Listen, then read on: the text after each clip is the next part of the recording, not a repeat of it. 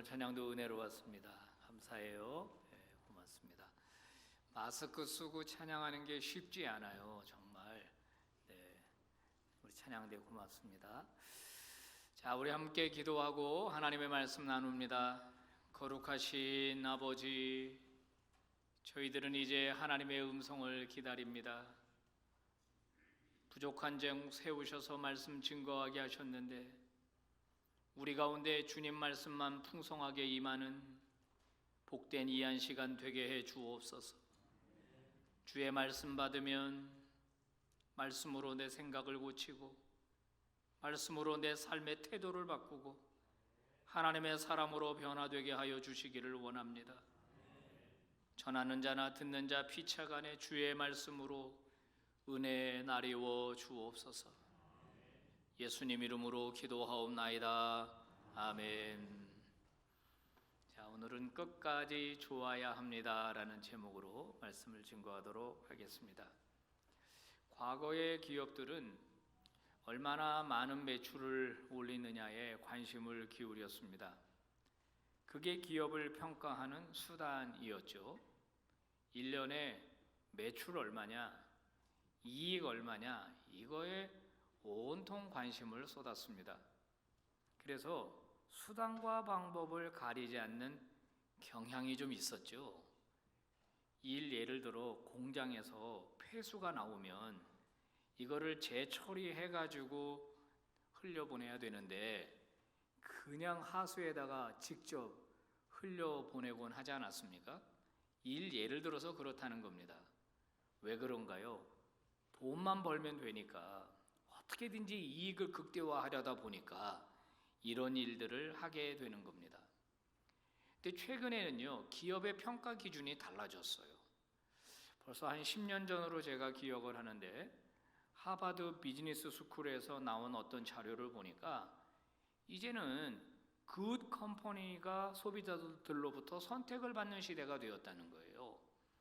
좋은 물건 싸게 만드는 것도 중요하지만 이제 소비자들은 그런 회사보다는 얼마나 윤리 경영을 하느냐, 얼마나 환경을 생각하느냐, 얼마나 직원을 가족처럼 생각하느냐, 또 얼마나 이익을 사회에 환원하느냐, 여기에 더 많은 관심이 있다는 거예요. 그래서 기업의 평가 기준이 달라지고 있다는 겁니다. 기업은 마땅한 도리를 지켜서 경영해라, 이런 시대적 요청이 일어나고 있습니다. 저는 늘 교회를 생각하고 성도를 생각하는 목사로서 이 신앙인에게도 올바른 도리가 있다고 여겨집니다. 과거에는 그냥 교회 다니면 됐습니다. 가서 기도 많이 하고 그러면 됐습니다. 그런데 이제는 세상이 기업인에게 요구하는 것처럼 그리스도인들에게 요구하는 도리가 있다는 겁니다. 예수 믿는 사람이면 예수 믿는 사람답게 어떤 선을 좀 지켜주십시오, 마땅한 그의 삶을 보여주십시오 라고 요청하는 시대가 되었습니다. 오늘 우리가 읽은 역대하 26장에 보니까 마땅한 도리를 지키지 못하고 선을 넘는 한 왕이 등장하게 됩니다.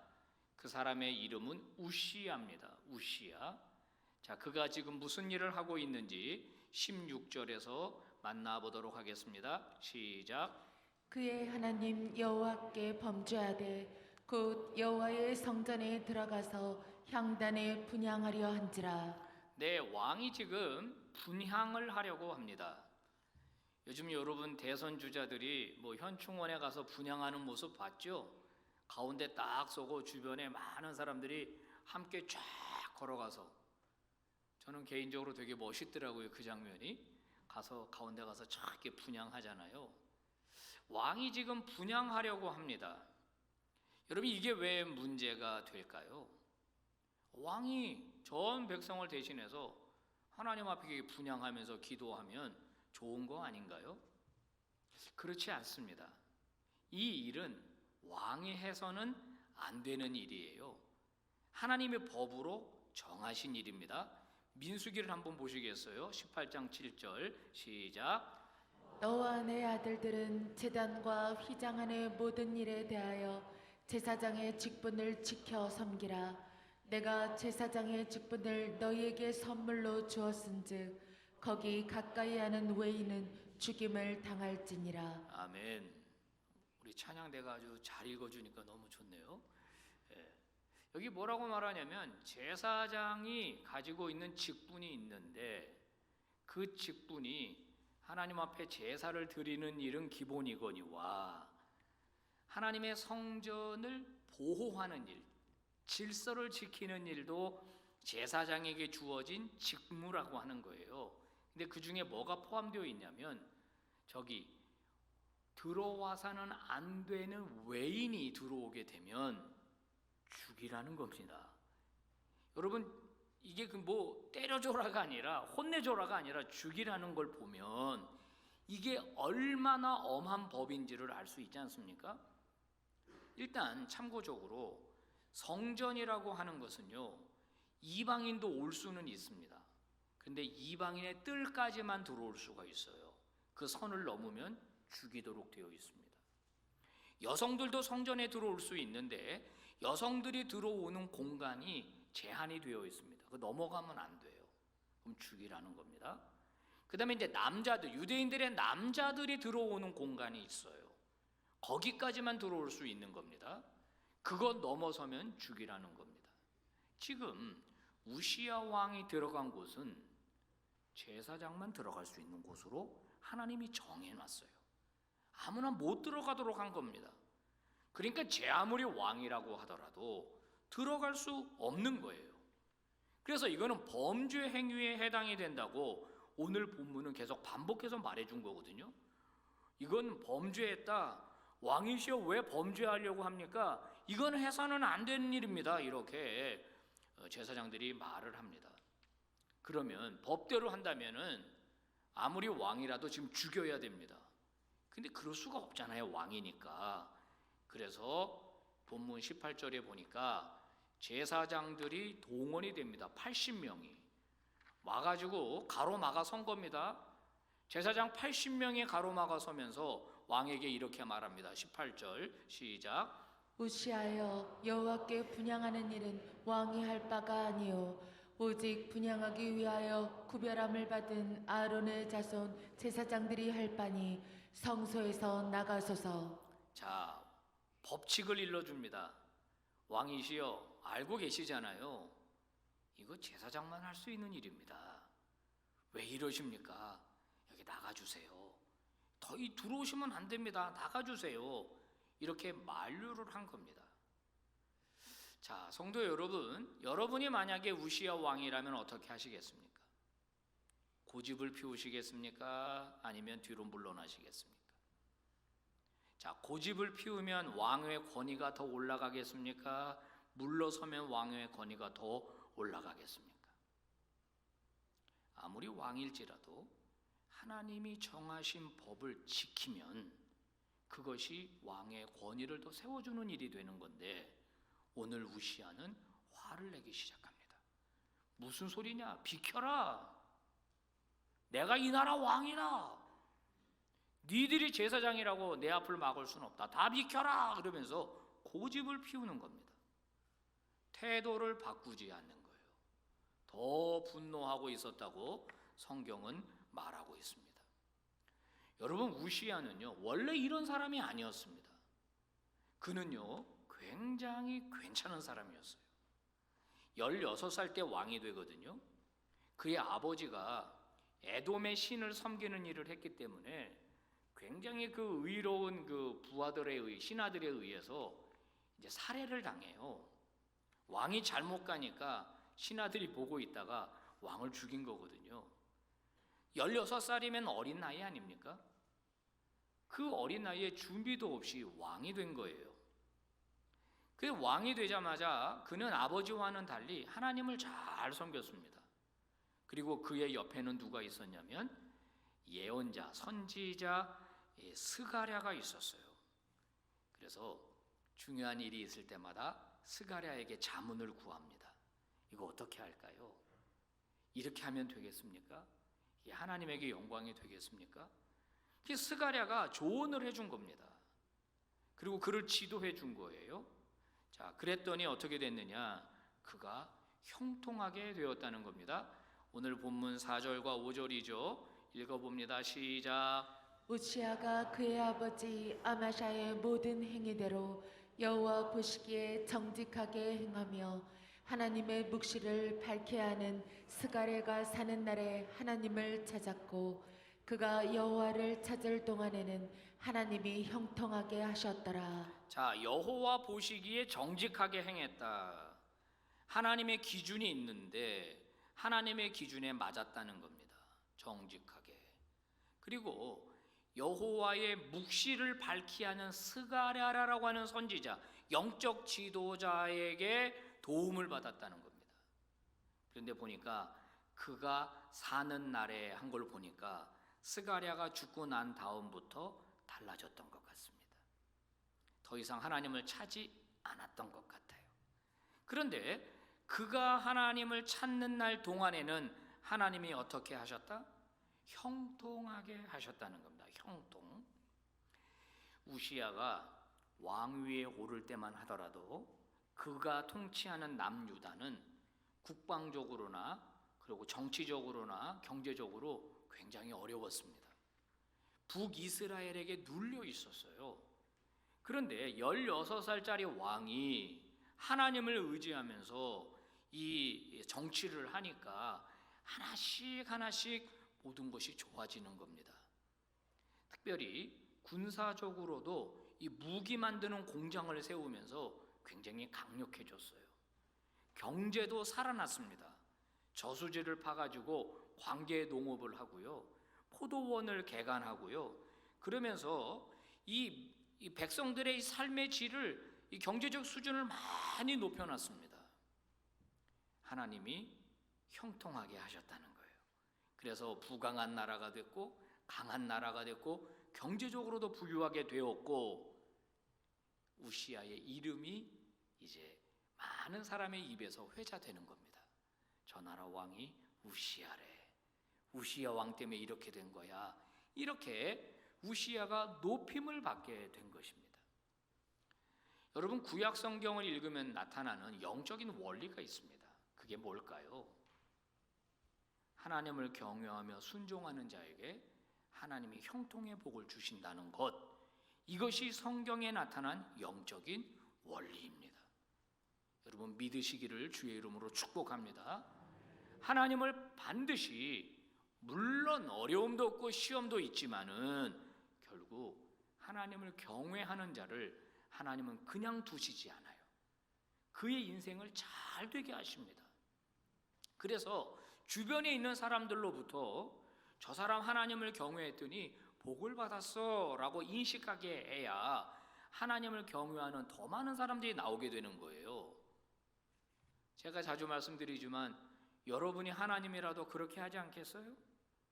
여러분, 우리 자녀들이 부모에게 효도하고 잘하는 자녀가 있으면 내가 유산이 많으면 좀 더 주고 싶지 않아요? 그 자식에게 특별히 더 잘해주고 싶은 마음 없어요? 그런 마음 우리 다 있잖아요. 하나님을 경외하며 순종하는 자를 하나님이 그냥 두시지 않고 그의 인생을 형통하게 하신다는 겁니다. 이 원리는 오늘날에도 똑같이 적용됩니다. 저는 목회하면서 주변에 그런 분들을 참 많이 봤습니다. 저에게 그럽니다. 목사님, 하나님이 우리 집에 은혜를 주셨어요. 우리 가정에 이런 은혜를 주셨어요. 그러면서 간증하는 분들 너무 많이 만났습니다. 저도 역시 동일한 간증을 하죠.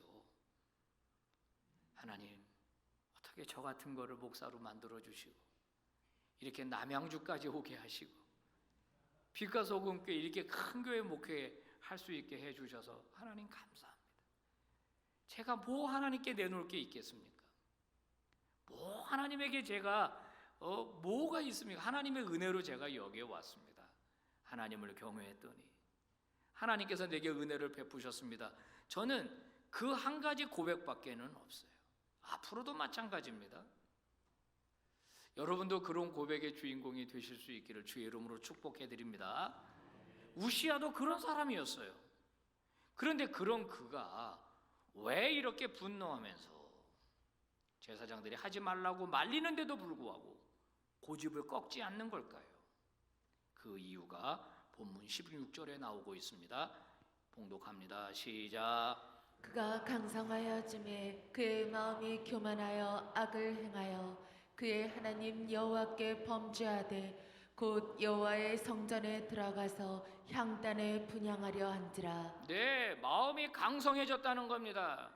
그가 강성해졌다는 거예요. 그 강성함은 누가 줬습니까? 하나님이 주신 거잖아요. 그러면 본인이 교만할 이유가 없는데 하나님이 형통하게 하셔서 강성해지니까 교만이 찾아왔다는 거예요. 그래서 어떻게 됐습니까? 범죄하기 시작했다는 거예요. 여러분, 교만이라고 하는 걸 한번 생각해 봅시다. 왜 사람들은 이렇게 교만해지는 걸까요?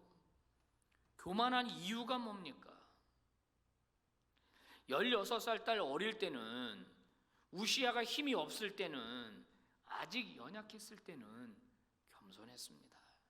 하나님을 의지했습니다. 이런 고집 안 피웠습니다. 과거 같으면 상상도 못할 일입니다. 근데 좀 강해지니까, 좀 힘이 생기니까 이런 짓을 하는 거예요. 교만이 그를 사로잡으니까 눈이 가려진 겁니다. 판단 능력이 사라진 겁니다. 그러니까 이렇게 소리를 지르는 거예요. 여러분, 사람은 희한하게도 좀 잘 되면 교만해지는 경향이 강한 것 같습니다. 돈을 좀 벌면 왜 그렇게 어깨에 힘이 들어가죠? 조금 잘 되면, 외모가 조금 잘나면 왜 그렇게 의시되죠? 교회 안에서도 그렇습니다. 기도를 많이 하면은요, 굉장히 교만해지는 경향이 있어요. 성경을 많이 읽는 분들 있죠. 다 그런 건 아닌데, 성경을 많이 읽으면 하나님 뜻을 잘 깨달아서 더 겸손해져야 되는 거 아니에요? 더 사람 돼야 되는데, 아니, 성경을 많이 읽으면 많이 읽을수록 왜 교만해지죠? 저는 어떤 목사님 명함 받고 깜짝 놀란 적이 있어요. 거기에 이렇게 써 있었어요. 40일 금식기도 3회 이렇게. 그걸 왜 써놔요, 명함에? 그거 어떡하라고? 나는 이런 사람이니까 너 내 앞에서 꼬리 내려 이런 겁니까? 성경 통독 100회 이런 걸 왜 써놓죠? 어떤 분 명함 뒤에 보면 그냥 직함이 쫙 들어가 있어요. 무슨 위원장 그런 게 왜 필요한 거죠? 어떤 분은 내가 이 교회 개척 멤버입니다. 또 그걸로 교만하더라고. 우리 교회는 얼마나 감사한지 몰라요. 115년 전에 개척한 사람이 한 명도 없어가지고 내가 너무 감사해요. 거의 내가 이 교회 개척 멤버입니다. 근데 115년 전에 이게 생존했던 분이 여기 없기 때문에 너무 감사해요. 이렇게 뭔가 조금 남들보다 조금 더 나으면 이게 우리 본능인 것 같아요. 이게 우리 본성인 것 같아요. 성도 여러분, 여러분은 어떠세요? 교회 안에서뿐만 아니라 우리의 삶의 현장에서도 마찬가지예요. 특히 우리 불신 세상 사람들과 이 교제하는 가운데서 이제 마찬가지예요. 여러분, 교만은요, 사탄이 사용하는 성품입니다. 그래서 교만은 사탄적인 거예요.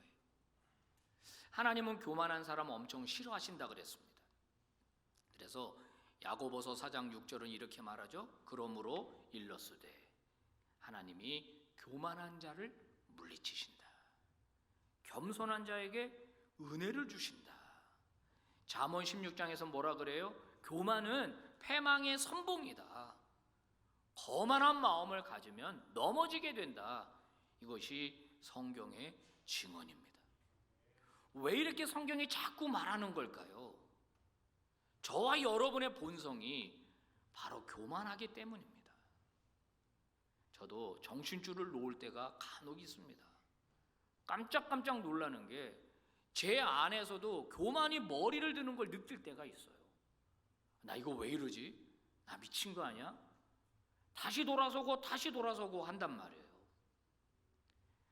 자, 기독교 작가 C.S. 루이스죠. 이분이 쓴 책, 좋은 책 많습니다. 그 순전한 기독교, 여러분에게 권면하고 싶은 책인데, 여기에 보면 교만이라고 하는 그 챕터가 있어요. 거기서 이분이 이런 얘기를 했습니다. 교만은 공부 잘한다고 또는 똑똑하다고 돈 많이 벌었다고 생기는 게 아니라, 이분의 그 포인트는 남들보다 더 가졌다는 데 문제가 있다는 거예요. 똑같이 부자면 교만할 이유가 없다는 거예요. 똑같이 다 잘났으면 교만할 이유가 없는 거예요. 그런데 꼭 우리는 뭘 찾느냐? 내가 너보다 더 우월해, 이거예요. 내가 너보다 더 나아, 여러 가지 면에서. 그러면 그 사람 마음속에 교만이 들어간다는 거예요. 그리스 로마 신화라는 책에서 이윤기 씨가 이런 얘기를 했습니다. 영웅을 베는 칼은 외부에 있는 게 아니라 내부에 있다. 그 사람. 그 칼의 이름은 교만이다. 대부분 보니까 영웅들은 성공해서 정점에 딱 서게 되면서 만들어지는데, 정점에 선, 정상에 선 영웅들이 앓게 되는 고질병이 있다는 거예요.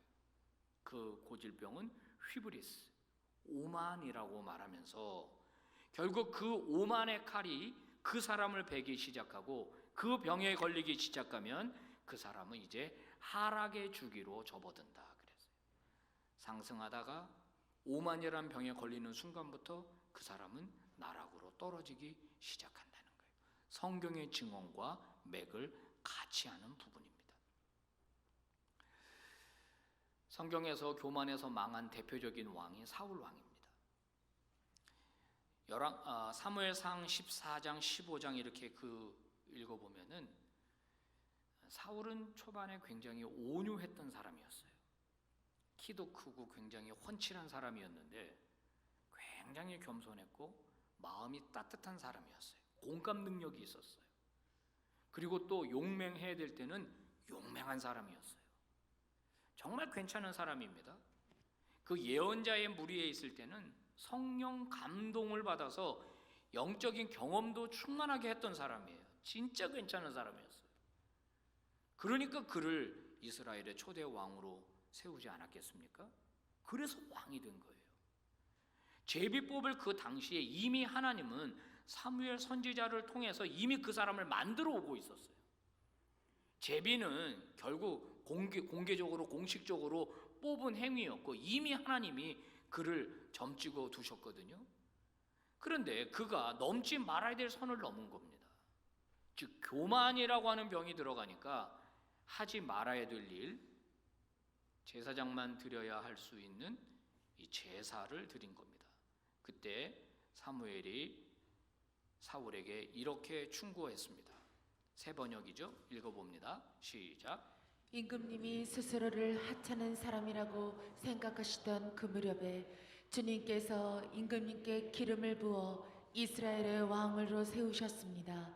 그래서 임금님이 이스라엘 모든 지파의 어른이 되신 것이 아닙니까? 네, 우시야도 마찬가지입니다. 16살 어린 나이에 왕이 돼서 하나님을 의지하니까 그를 강성하게 했는데 강성해지니까 교만이 들어오고 제사장들이 만류했는데도 불구하고 말 안 듣고 고집 피우다가 결국 한센시병에 걸리게 됐습니다. 어떻게 됐죠? 21절에 보니까 죽는 날까지 나병 환자로 살았고 비참하게 살다가 별궁에서 격리된 채로 살다가 끝났다 하는 겁니다. 여러분, 사울 왕도 비참하게 인생이 끝났는데요. 보니까 사울 왕 같은 경우는 혼자만 망한 게 아니라 자식들도 다 망했습니다. 아버지의 교만이 자식들에게도 영향을 끼칠 수 있다는 걸 보여주는 부분이에요. 오늘 성경이 우리에게 주는 가르침이 무엇입니까? 하나님의 사람은 처음에도 좋아야 되지만 끝도 좋아야 된다. 하나님의 사람은 어려울 때도 좋아야 되지만 성공하고 난 다음에 좋아야 한다. 그런 믿음의 종들 되시기를 주의 이름으로 축복합니다. 저는 설교를 준비할 때 꼭 제가 지키는 원칙 하나가 있습니다. 뭐냐면 이 설교의 첫 번째 청취자로 저를 두는 겁니다. 제가 설교를 준비하지만 제가 먼저 설교의 수혜자가 돼요. 아까도 말씀드렸지만 그런 교만이 제 안에 있더라고요. 나도 모르게. 정신줄을 놓으면은 성령 충만하지 않으면 그게 머리를 들고 올라오는 걸 제가 느끼더라니까요.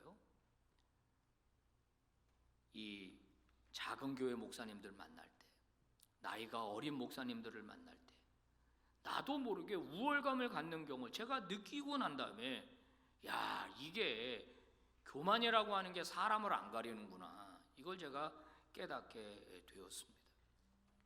그런가 하면 제가 저 분당에서 큰 목회하시는 어떤 목사님 연락을 받고 한번 교제할 시간이 몇 차례 있었어요.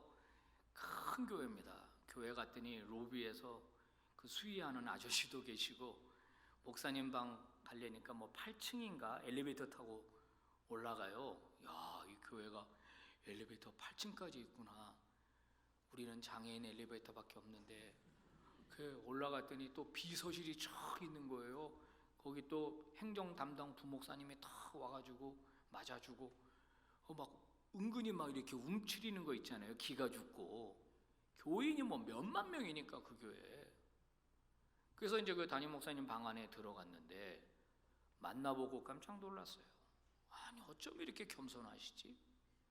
나이도 저보다 몇 살 많으신 분인데 그렇게 존대하시면서 인격적으로 하시는 걸 보고 너무 제가 충격을 받고 더 그분을 마음속 깊이 제가 존경하게 되었어요. 얘기가 다 끝나니까 이제 점심 먹으러 갑시다 그러더라고요. 그래서 맛있는 거 사주나 보다. 그리고 따라갔더니 구내 식당으로 올라가더니 오늘 짜장밥이네요 그러면서 짜장밥 괜찮죠? 그럼 제가 안 괜찮다고 그래요? 그러면 거기 데려갔는데 여긴 싫어요 밖에 나가 이럴 수 없잖아요. 괜찮죠? 뭐 그러니까 거기 직원들이나 부교육자들 앉는 자리에 앉아가지고 같이 그 짜장밥을 이렇게 드시더라고요. 먹으면서 야, 하나님이 이분을 쓰시는 이유가 있구나. 이분이 있구나. 그런 걸 제가 느끼고 왔어요. 여러분 신명기 34장에 보면 모세의 마지막 인생의 여정이 그려져 있습니다. 하나님께 부름받아서 이스라엘 백성들을 가나안 땅까지 인도하고 후계자까지 세워놓고 그는 아름답게 은퇴합니다. 끝까지 충성했습니다. 마지막 부분에 하나님께 이런 기도를 드리지 않았습니까? 하나님, 저 가나안 땅 들어가 보고 싶습니다. 저도 가서 보고 싶습니다. 하나님이 노하세요. 근데 거기에 대해서 모세가 이런 방구 어떤 대꾸도 하지 않습니다. 하나님이 노하니까 받아들입니다. 그리고요, 모세가 그때 눈도 흐리지 않고 기력도 쇠하지 않았다 그랬어요. 나이가 그렇게 많이 먹었는데도 여전히 정정했다고 그랬거든요. 모세의 묘가 어디 있는지 몰라요. 그가 어디서 죽었는지를 몰라요. 그냥 그렇게 충분히 쓰임받고 끝까지 충성하다가 그냥 사라졌어요. 여러분 대단하지 않습니까? 신약에는 우리가 사도 바울을 생각해 볼 수 있어요. 디모데 후서, 그의 나이가 이제 할아버지로 접어들고 평생 주를 위해 헌신하던 사람, 뭐라고 말합니까? 나는 내가 달려가야 할 길을 다 마쳤습니다. 끝까지 충성했다는 거예요. 교만하지 않았고 변질되지 않았고 하나님께 일관된 자세를 보여줬다는 거예요. 성도 여러분, 신앙은 마라톤입니다. 끝까지 좋아야 합니다. 저도 마찬가지지만 우리 빛과 소금교회 교우들이 예수를 믿는 횟수가 1년 1년 더 늘어나면서 하나님 앞에서나 사람 앞에 더 겸손한 종들 될 수 있기를 주의 이름으로 축복합니다. 특히 세상 사람들과 만날 때 제발 뭐 좀 더 가졌다고 누르려고 하지 마십시오. 그분들 조종하려고 하지 마십시오. 내가 나이가 훨씬 많다고 해서 함부로 하대하지 마십시오. 그럴수록 더 겸손하게, 그럴수록 더 부드럽게 그렇게 사람들을 대하십시오. 나보다 더 못한 사람, 나보다 더 약한 사람. 여러분, 그것이 신앙인의 도리입니다. 그럴 때 우리 하나님이 영광을 받게 되실 겁니다. 끝까지 충성하고 끝까지 겸손한 주의 종들 되시기를 바랍니다. 기도합니다. 하나님 감사합니다. 오늘도 말씀 주셔서 감사합니다. 우리의 마음 속에는 자꾸 고개를 드는 교만이라는 것이 있습니다. 그저 남들보다 더 우월하다고 느끼는 즐거움 속에서 살아가기를 기뻐하는 저희들임을 솔직하게 인정합니다. 아버지, 변질된 인간 얼마나 냄새납니까? 아버지, 변질된 인간 얼마나 보기 싫습니까? 만나고 싶지 않고 등 돌리고 싶고, 하나님 그런 인간 되지 말게 하여 주시옵시고, 저희들 더 향기 나는 그리스도인, 더 예수 닮은 그리스도인들 다 되게 하여 주시옵소서. 예수님 이름으로 기도 올리옵나이다. 아멘.